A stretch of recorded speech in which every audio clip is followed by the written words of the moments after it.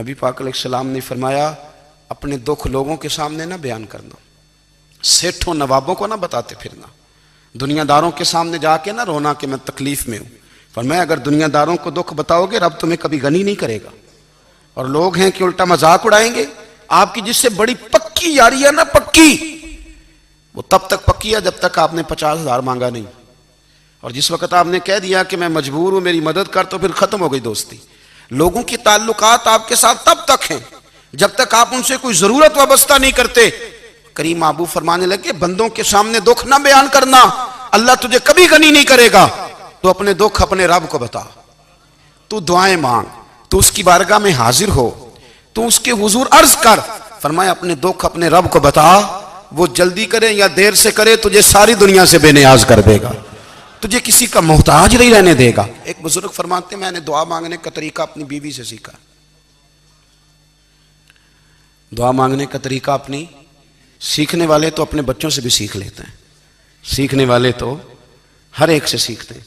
वो कहते हैं मैंने दुआ मांगने का सलीका अपनी बीवी से सीखा है। हजरत वो किस तरह?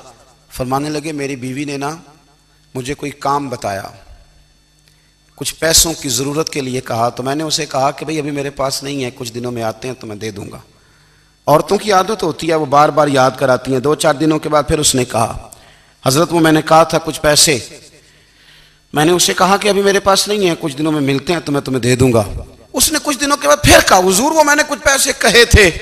फरमाते मैंने डांट दिया, मैंने कहा कि क्या तू रोज मुझे शर्मिंदा करती है, कहा ना मेरे पास नहीं है, होंगे तो दे दूंगा, तू रोज याद कराती है। फरमाते उसने पहले तो मेरी डांट को सहा, फिर मेरे सख्त जुमलों ने उसकी आंखों में आंसू पैदा कर दिए, फिर उसने अपने आंचल में अपने उस दुख को समेटा और फिर उसने एक जुमला कहा तो मैं रो पड़ा और मुझे अपने रब से मांगने का तरीका आ गया।